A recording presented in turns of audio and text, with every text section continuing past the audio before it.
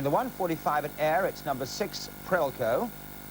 In the 2 o'clock at Thirsk, number 13, On Stage. In the 2:15 at Ayr, number 1, Mountain Haze. In the 2:30 at Thirsk, number 7, Florida Sun. And today's star race is the William Hill Scottish National, the 2:55 at Ayr, the final leg, and the selection there is number 3, Earl's Brig. Well, of course, it's Cup semi-final day today. There's a very special edition of On the Ball, and you can join Ian St John right after the break.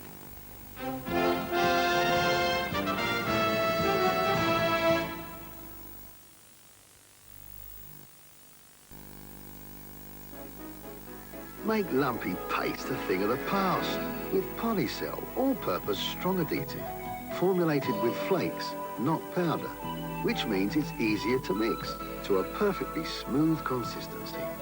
Lump-free Polycell all-purpose strong adhesive gives the perfect finish and leaves the lumps for your tea, so you'll like it, not lump it. Polycell all-purpose strong adhesive. Do it right.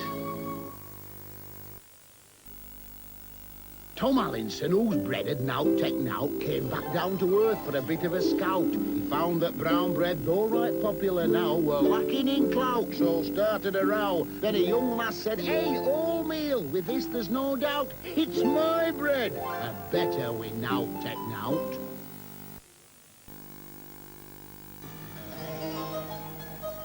Stop wriggling, Arthur. You're getting the garland in a twist. Sorry, Morris. Nappy's giving me jip. Doesn't your mum use Super Softies? Super what? New Super Softies from Sterling Health. Bigger, softer baby wipes with soothing lanolin to cleanse, protect and care for our skin. Better, Arthur? On cloud 9, Morris. New Super Softies with lanolin. Skin care for little cherubs. At Pontin's, free offers last all summer. Children can go free, and there are free offers on self-catering too. Isn't it time you booked?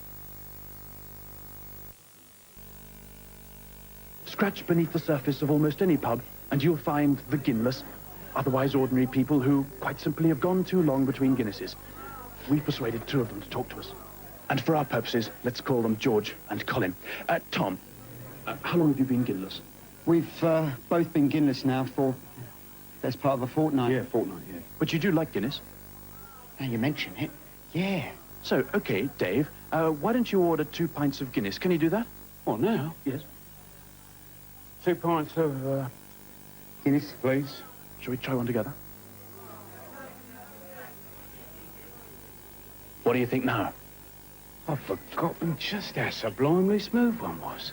This past fortnight's been a cultural vacuum for me.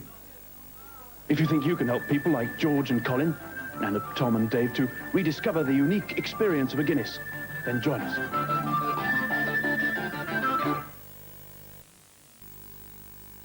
Some people imagine the Royal Mail only carries smaller, lighter parcels. Not so. All the things you're watching can, properly packed, be sent by Royal Mail. And they weigh right up to 22.5 kilograms. The Royal Mail carries more weight. Peel Off Ron Strip removes 10 coats of paint in one go. Peel Off Ron Strip from DIY stores everywhere. So, my informant tells me that the highly desirable Valor Corvette cooker is only £199 from the gas showroom. What charge for installation? No extra charges. Fitting by their specialist is included. Delivery is free. And delivery is free. What then? Total backup. Working parts available for 10 years. The secret is no hidden extras. There can't be more, but there is. From the gas people. Now.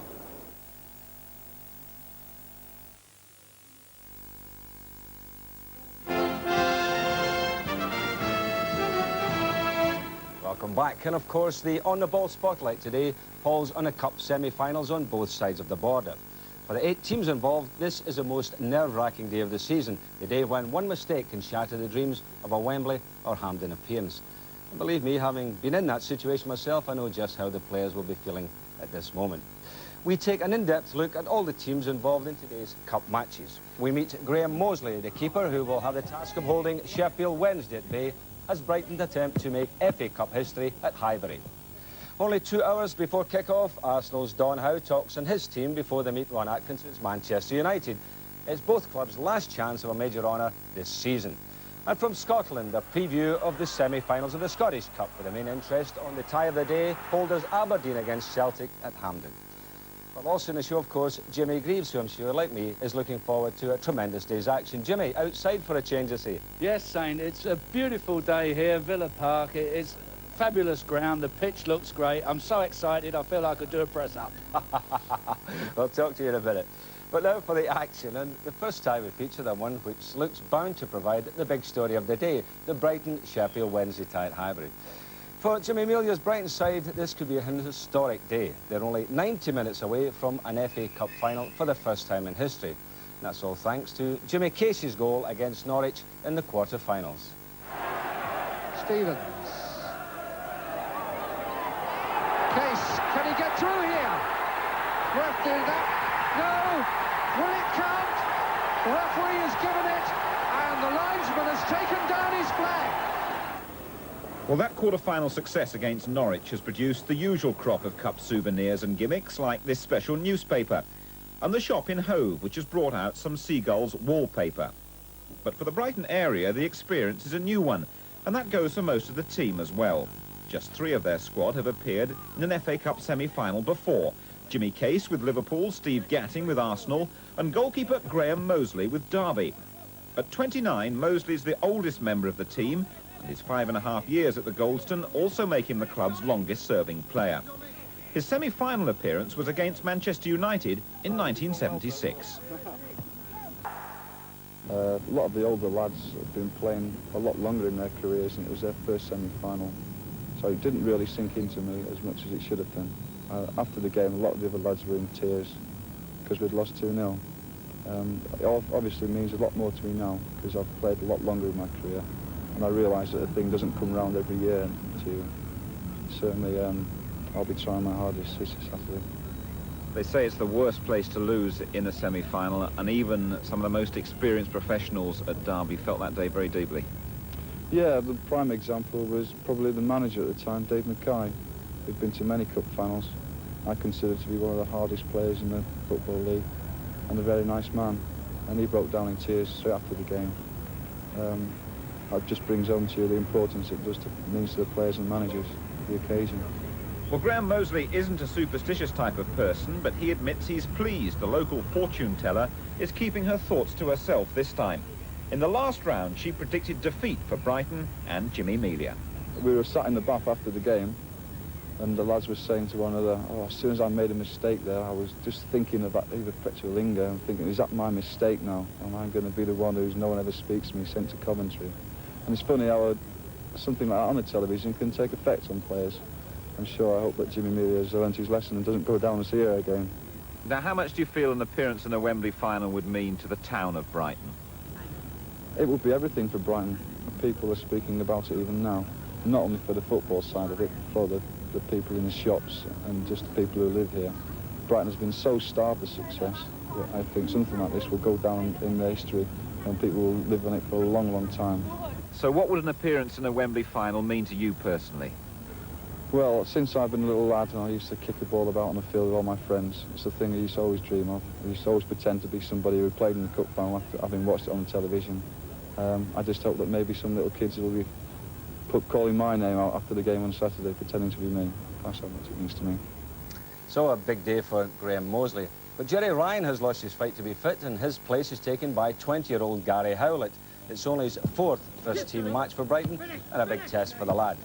And with 19-year-old Kieran O'Regan getting the substitute spot for the Goldstone club, Jimmy Amelia is really gambling on youth. But what about Wednesday? Well, the last time they made the FA Cup final was in 1966 when they lost 3-2 to Everton. And my involvement with the Hillsborough club, with Jack Charlton, Maurice Setters and the rest of the lads, leads me to believe that they have 3 players in particular who could spoil the Goldstone party plans. In Bob Boulder, they have one of the best keepers in the 2nd division. Bob has matured physically since I was at Hillsborough 4 years ago. Now he stands 6'2" and really the ideal build for a goalkeeper. In fact, Maurice Setters, the Wednesday coach, told me that he wouldn't swap him for Gary Bailey. So that gives you an idea of how highly they rate Big Bob at Hillsborough. Now, he had a loss of confidence last season, but that's all behind him, and he's playing better than ever. And this save that comes up highlights the agility of such a big man. A really super volley from Ian Stewart, but tremendous diving save from Bob Boulder. So I think he'll take some beating this afternoon. Well, midfielder Gary Megson is continuing a family tradition at Hillsborough. His father, Don, was captain of the Wednesday in 1966 Cup final. Young Gary has the distinction of having scored in every round of the Cup so far. This was the first of his goals at Cambridge, a really searing shot there from 25 yards. Now, Big Jack was telling me that Gary Megson can get through defences at least 2 or 3 times in a game. Runs like that, where he takes the ball up, round the goalkeeper and slots it in. Well, up front, the Owls' leading scorer is Gary Bannister. Now, he's been a consistent marksman since joining Wednesday with an average of a goal every 2 games. And he doesn't just score with his feet. A lovely cross here from Mel Sterling to the far post, and Bannister there with a header. Well, Sterling starting to move again. And just watch Bannister as he nips in here, knocks the ball away, shows good control, good balance, and the clinical finish. So Gary Bannister, just one of 3 men Brighton will have to watch out for this afternoon. Well, Jimmy, what do you see it? How are you going in this one, Brighton or Sheffield Wednesday? Well, it's not an easy one, as you know, Ian. I think Big Jack and Morris Setters will use their playing philosophy that stood them in good stead for all those years. If it moves, kick it. I got booked against Setters once, you know, after he fouled me for the 13th time. I threw a bit of mud at him. But I think they'll get them at it a little bit. I can see, quite honestly, this is going to be a hard-fought, very tough, competitive game. It could get a little bit lively at times, and I think we might possibly see a few appearances from the referee. However, I think at the end of the day, the least likely side to crack is Sheffield Wednesday, so I'll go for them, Ian. How do you feel? Well, I went up to see the boys last night up at the hotel, Big Jack and Morris name, and they're all pretty confident, and you know, I think I've got a little sneaking fancy for them. A few weeks ago, funnily enough, I thought Brighton might do it. But when you look at it, Jimmy, you know, Brighton have had a bad season. You know, they're bottom of the first division. Wednesday have been winning games. And I think when it comes to this one, the underdogs are confident, and I think they might just about nick it. Well, it's absolutely true. I mean, Brighton are basically almost in the 2nd division. We won't write them off. Wednesday are one of the top sides in the 2nd division, so there is, in that respect, little to choose from. I just think on the day, it's a cup semi-final, that United might battle that little bit harder, but there's 1 or 2 in the Brighton side that won't take it lying down. No, they won't. But I'll tell you what, Mick Lyon's playing, Jimmy. He's had this groin strain all week now. I'm just wondering, you know, will he last the 90 minutes? It's always a gamble, isn't it? Well, funny enough, I mean, we haven't discussed the other semi-final yet, but these 2 semi-finals are all about injuries, aren't they? And there are a few players carrying injuries, as players invariably do at this time of the year, but the injuries that are being carried at this particular time seem a bit more serious. Mickey Lyons is probably one of a few who've got a question mark against them. But anyway, we both go for the Wednesday. We'll go for the Wednesday, son. OK. Well, I'll get back to you later, Jimmy, when we talk about the next tie. It's Manchester United against Arsenal at Villa Park, where our reporter Jim Rosenthal was there this morning talking to the managers. Well, Ian, in contrast to the likes of Jimmy Greaves, some of us have to operate from the car park when we come back to the Midlands, where Villa Park stages the glamour semi-final, but with both clubs shorn of some of their leading artists. For Manchester United, no Steve Coppell going down the right wing because of that knee injury. Arnold Muren, his silky skills, they'll be missing from the left side of midfield as well. Arsenal have really lost the backbone of their side. Irish keeper Pat Jennings, so important, an absentee. Peter Nicholas, the Welsh international, he won't be able to add his particular brand of tackling to midfield. And up front, Alan Sunderland, so important in the penalty area, he's missing as well. Arsenal have been staying at what they considered to be their lucky hotel, slap bang in Birmingham city centre, where this morning coach Don Howe tried to play down the effect of those injuries. The balance of the side's quite good. I'm pleased about that. You know, we've pushed Stuart Robson up into midfield, and he likes playing midfield. He's a very aggressive player. We've got Paul Davies pulled away to the left, and it gives us a nice balance in midfield. You know, we've got 2 players wide on midfield who can play, and then we've got Graham Ricks pushed in with Tony Woodcock, and he likes that. Do you expect a good spectacle at Villa Park this afternoon? No, not well, it's all according to what you're looking for. I think if you're coming to see an exciting, competitive game, you're going to get that. But if you're looking for a cultural football game, no chance. You know, there's too much at stake. Teams don't play that way in semi-finals. How much of an advantage is it for United that they've come to Highbury and really turned your side over not so long ago? Yeah, well, I would think that it'll work both ways. I mean, we'll be more determined not to let that happen again, and they'll be saying, well, that's the way ahead. Let's do it again. Let's copy again. Let's do all the good things we did at Highbury. Arsenal a little lucky on that ricochet, falling for Manchester United. Robson holding him up for a moment. Moses playing the ball in for Whiteside. 1-0.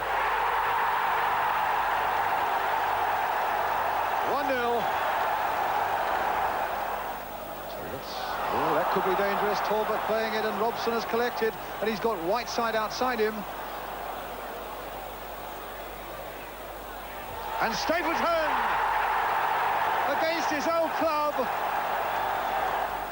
Robson, Muren, Stapleton on the charge again, and he's got Whiteside in the middle. He's got Koppel in the middle as well. He's found Koppel, and Koppel has found the net. Robson. Oh, Muren said thank you very much. And here's Whiteside. And here's Koppel in a lot of space. Can it be number 4? There's the answer.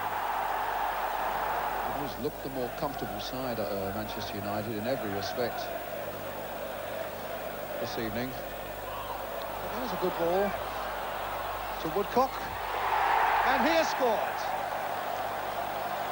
So there's a consolation for Arsenal with 7 minutes left. Talbot. Arsenal looking hard now for a second goal, which, who knows, might at least give them a glimmer of hope for the second leg. And Rick's coming in, and the goal is there by Peter Nicholas. An element of superstition from Manchester United as well. They've picked their lucky hotel on the outskirts of Birmingham, where this morning manager Ron Atkinson replied to Don Howe's feelings that the game wouldn't be much of a spectacle this afternoon. I know what Don means. I mean, you know, it's so near and yet so far for the losers. So consequently, there'll be a lot of tension, a lot of anxiety, and I think what he probably meant is there won't be too much, or one thinks there won't be too much pretty football played. You go into this game, personally, with a terrific record against Arsenal as far as Manchester United are concerned. Yeah, since I've been at the club, I've never been beaten by the Arsenal, but I'd have to point out, Jim, there's been a fair sprinkling of draws in those games. And you've said you want to put silverware on the sort of sideboard at Old Trafford. How important personally is it for you, Ron, to get to Wembley again? Well, very much so. We had a taste of it a month ago. I like the taste. Want to be back there. We've got a lovely day here in the Midlands. They've been watering the pitch, in fact, at Villa Park, and I think it's agreed it's in much better shape than the other one at Highbury. Both camps report no late scares this morning, and you can expect Lee Chapman to be the Arsenal substitute and Paul McGrath to get the 12 shirt for United. OK, thanks, Jim. And, of course, injuries to both Manchester United and Arsenal have been hogging the headlines all week. And, Jimmy Greaves, you'll be interested that such is the crisis that United may be forced to make desperate measures with a very special substitute this afternoon. Yes, lacing up his boots in readiness, United manager Ron Atkinson. Never a man to underestimate his own abilities. And Ron's certainly fit. This week he played alongside other managers in a charity match at Telford against the TV commentators. And just look out for some tremendous pace from Big Atco. The big man giving an impersonation of Moby Dick there, Jimmy. I'll tell you what, Ian, I'm playing with him in a couple of weeks. I hope he does more running than that. Can't afford to have 2 of us in the same side that don't do anything. Well, let's hope the players are fitter than him. Yeah, you're right. Fitness, actually, it's interesting about the choice of 12th man. I know, I've got a feeling he's toying with the idea of maybe having Laurie Cunningham, you know. Yeah? Well, he's a player who might turn the game in the last 10 or 12 minutes of a match, and he can play, Laurie, and I know it's in the back of his mind, so it'll be an interesting one. Anyway, I mean, again, this game's about players that are not there, isn't it? That's right, yeah. Muren and Koppel, but I still think that at the end of the day, United, you've got a bit of barracking going on in the background here. You've got Robson, Moses and Wilkins, and of course the key man in this match, of course, is Robson, without doubt. He's the man who can turn the game, isn't he? Here you can see, I think this was his game against Southampton last week, and this was his goal. And I'll be perfectly honest with you, Ian, and the viewers at home, I only wished it was easy for me to talk over than for him to score, because the sun's in the front of the television and I couldn't see it very well. But actually Arsenal are struggling as well, obviously, through injuries. Alan Sunderland, I think they'll miss a great deal. Very underrated footballer is Alan. He does a lot of work for them. Nicholas Atco again wasn't too worried about Pat Jennings.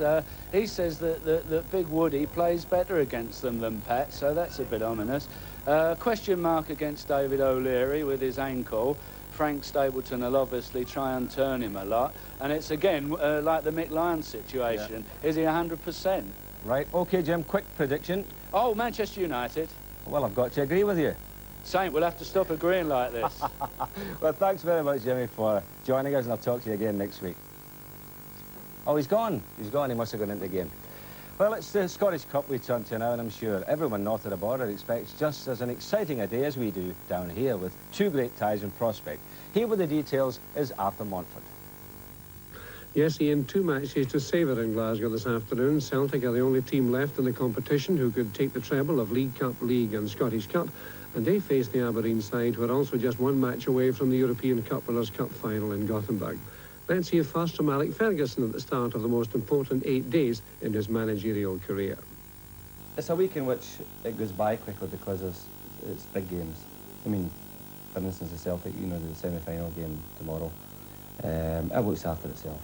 I mean, a good platform handling, two good teams, good respect for each other, and it's always, I always find really interesting games, Celtic matches. I really look forward to them. Of course, you're the cup holders. Well, yeah, we won the cup last year and we knocked Celtic out in the way. So that was it really was our most difficult game last season. We had to beat them because our season was going out a bit flat. And it really was a cup final for us. Beating Celtic set the whole seal on it. Alec Ferguson, who played at centre forward in the Scottish Cup final in 1969 for Rangers against Celtic, opposite Billy McNeill, who earlier today reflected on the recent forum slump which put his side under pressure. Well, I think, like everything else, I think teams go off at certain stages in the season. We were lucky that we still left ourselves a bit of time and a bit of room to recover from it. There's no doubt that we went through a real rocky spell when we lost our rhythm, and we seemed to have lost our appetite to succeed. What do you think went wrong with the team? Because, I mean, it's basically the same players who we see week in, week out. What actually goes wrong when that happens? Well, we lost Tommy Burns at perhaps a very crucial time of the season for us. He's a very influential player. But I think that possibly what goes wrong is you work on a shortened pool, and when you hit one or two injuries, you're not then able to maybe rest a player or two here and there. And I think that all tells, and unfortunately we had more than one player, well, quite a few players went off for him at the same time, and it just didn't go well for us. Billy McNeill, who doesn't need reminding that of today's semi-finalists, Celtic are the only club who didn't make it to the same stage last year. And the team who put them out, Aberdeen. Peter Weir's corner kick. Chance there for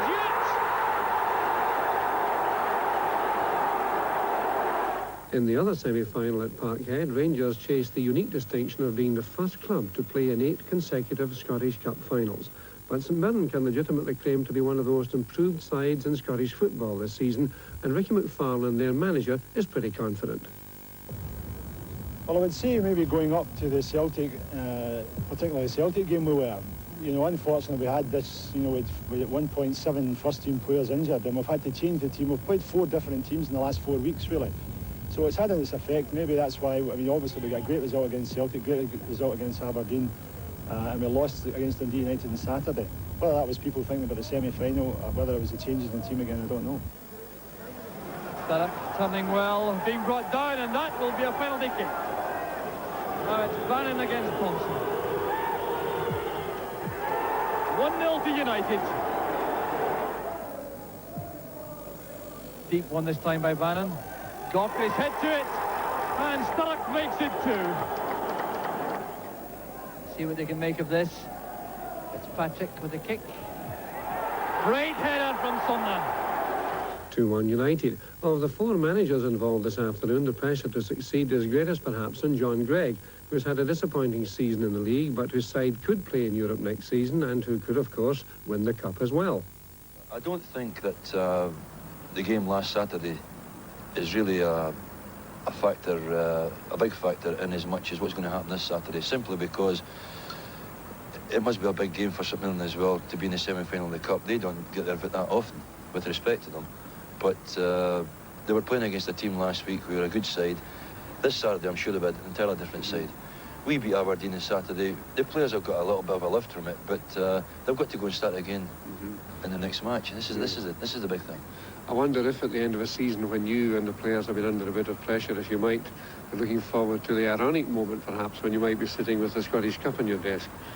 But it wouldn't be unusual, Arthur. So 2 fine matches in prospect here, Ian, and I'm off now to look up my records to see when last we had 2 drawn semi-finals on the one afternoon. Well, thanks very much, Arthur. Certainly sticking your neck out there. 2 draws, I wonder. Well, of course, most of the interest today is centred around those cup games. But down here in England, the championship could be virtually decided at the Dell this afternoon, where Liverpool meet Southampton. Only sheer mathematics would stand between Liverpool and the First Division title if Graham Souness and his mates beat Laurie McMenemy's men. And strangely, it was exactly the same fixture which Graham Souness reckons pointed the title Anfield's way last season. Touched by Johnston for Lee. Neil has gone outside him. Nicol intercepts the pass meant for Dalglish. Pick now from Dalglish. Rush had anticipated it, and how he made it pay. That was a superb goal. Cassell's to ball. Cassell's again. Keegan. Ball. Baker. Keegan. Armstrong. Keegan. Shannon. You won't see a better goal than that this season. That was marvellous. Johnston's header down for Lawrenson. Flick for Johnston. On for Whelan, who's cleared a run on goal. Kalinic out, and Whelan has scored. Holmes again. Over he goes. Penalty. Phil Neal tripped him. Almost unthinkingly.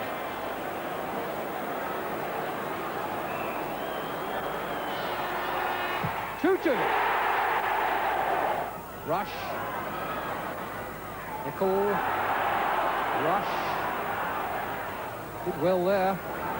Dalglish. Always at his most dangerous here. Whelan. Ronnie Whelan's second goal wins the game for Liverpool.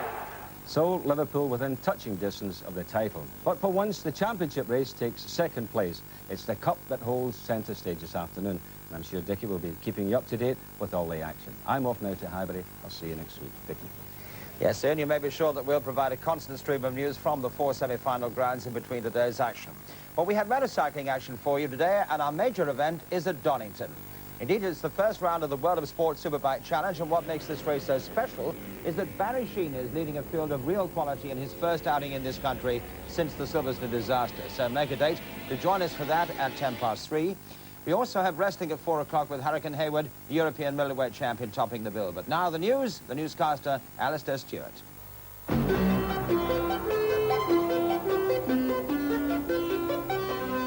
Polish police have tightened security around the Gdansk home of Lech Wałęsa, leader of the banned trade union Solidarity. This morning they released his driver after 25 hours of questioning about Mr. Wałęsa's secret meeting with underground leaders last week. But they've ordered another of his aides to report for interrogation on Monday. As the Gdansk police continue their efforts to find out how Lech Wałęsa managed to meet the underground, they appear also to be stepping up their surveillance of him to ensure it doesn't happen a second time. Wałęsa has said he will meet again with Solidarity activists in hiding. Extra police are now on duty outside his apartment, and several police cars are touring the area. This morning, Wałęsa's driver and close companion Mieczysław Wachowski was released after being detained by the militia for 25 hours. He was questioned closely about Wałęsa's movements last weekend, but told the police nothing. The investigation will continue on Monday, when Wałęsa's new press spokesman, Adam Kilashevsky, has been summoned. If Wałęsa is to have another secret meeting, it appears he'll have to use even more guile than he did before. Tim Ewart, ITN, Warsaw. A Labour front bench MP has warned that Britain and Russia could end up breaking off diplomatic relations if things get worse following yesterday's expulsion of a third secretary from the Soviet embassy in London. Mr. Robin Cook said the expulsion of Mr. Anatoly Chernayev had Mrs. Thatcher's fingerprints all over it. The Russians say the expulsion was nothing but an anti-Soviet political measure aimed to undermine Soviet-British relations. After their angry reaction yesterday to the news of Mr. Chernyaev's expulsion, the Russians today were keeping quiet here at the embassy. This has been an extensive game of tit-for-tat expulsions. First came the British expulsions of 3 Russian diplomats. That was a fortnight ago. The reason given? Activities incompatible with their status. In plain language, spying. Then came the Russian retaliation.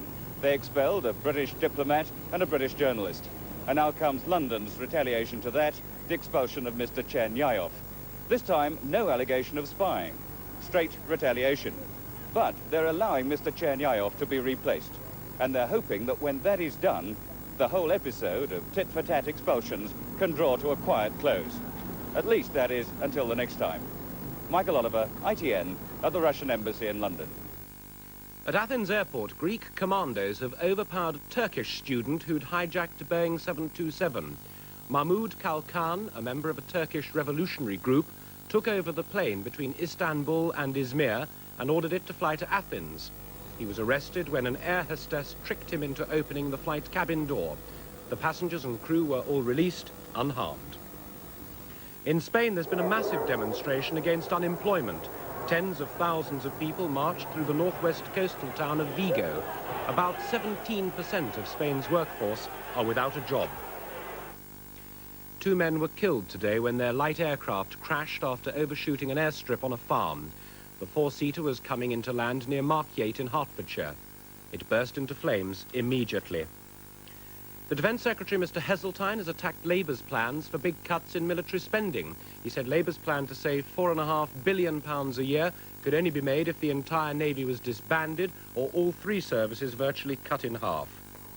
And the General Secretary of the National Council for Civil Liberties, Ms. Patricia Hewitt, has called for further changes in the police bill, including a reduction in the time people can be held before being charged, and she wants strict limits on the new powers of stop and search. That's it for now. We're back shortly after 5:05. Thank you very much indeed, Alastair. Welcome back to World of Sport. We have a bit of a hiccup this afternoon because we're not able to bring you Racing from Thirst because of yet another dispute between Yorkshire Television and Tyne Tees Television. We've had to rejig the programme, and this is now the pattern of action. We've got the Firemen's Championship coming up next from New York. Certainly that's very unusual. I think you'll enjoy that. Very amusing too. At 1:40 we're at Ayr for our first visit. At 1:55 we're at Rotterdam for Stadium Cross, an indoor extravaganza we've never covered before on World of Sport. The 2:15 race at Ayr is next, and then at 2:25 we pay our tribute to Semi Ballesteros and his second US Masters success. The Scottish National is at 2:55. And then live superbike racing at 3:10, Donington with Barry Sheen back in action for the first time in this country since that terrible crash at Silverstone. At 3:45, the Cup and League half-times. Wrestling is at 4 o'clock, when among the stars we have the European middleweight champion Hurricane Hayward, and we have Iron Fist Clive Myers. And the full-time sequence is at 4:45. But after the break, it's the New York Firemen's Championship. Come and join us after a few minutes.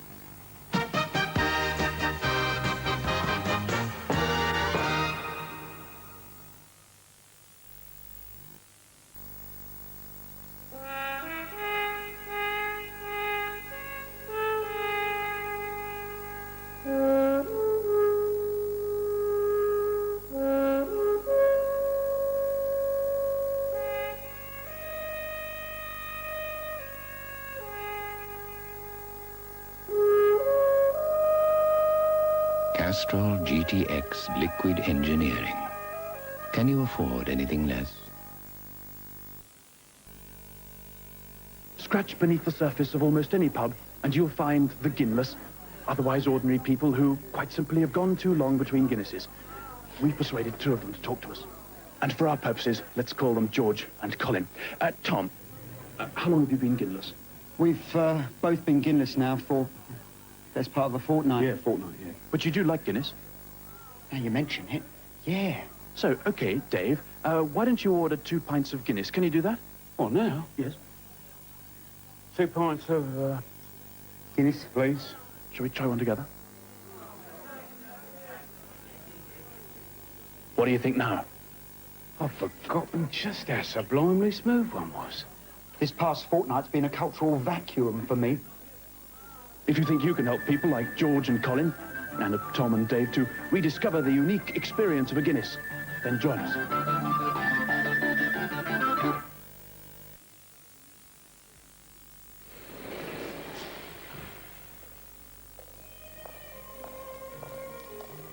Last year, over 100,000 quad-cast Concord lawnmowers left our warehouse with this promise. If you don't agree that it cuts long grass mind, better than a hover mower, we'll give you your money back.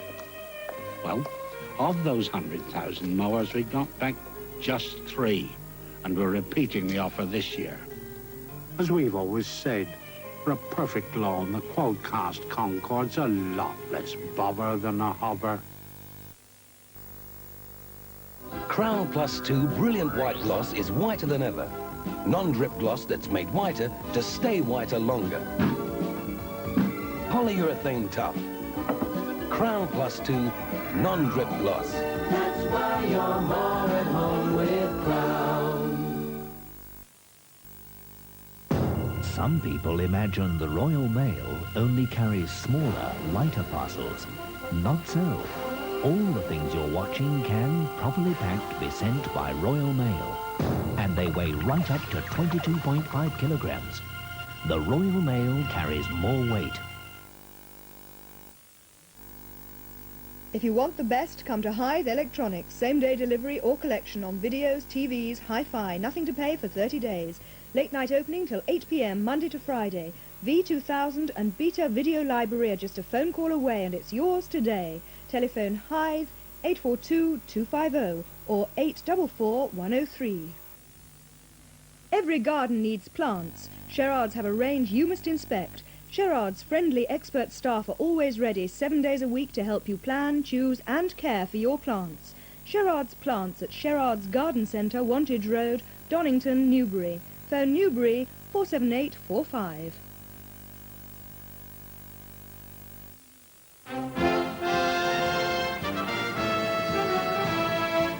Welcome back, and now instead of the 1:30 race at Thirsk, we have the opportunity to bring you a unique American event, the New York Firemen's Competition.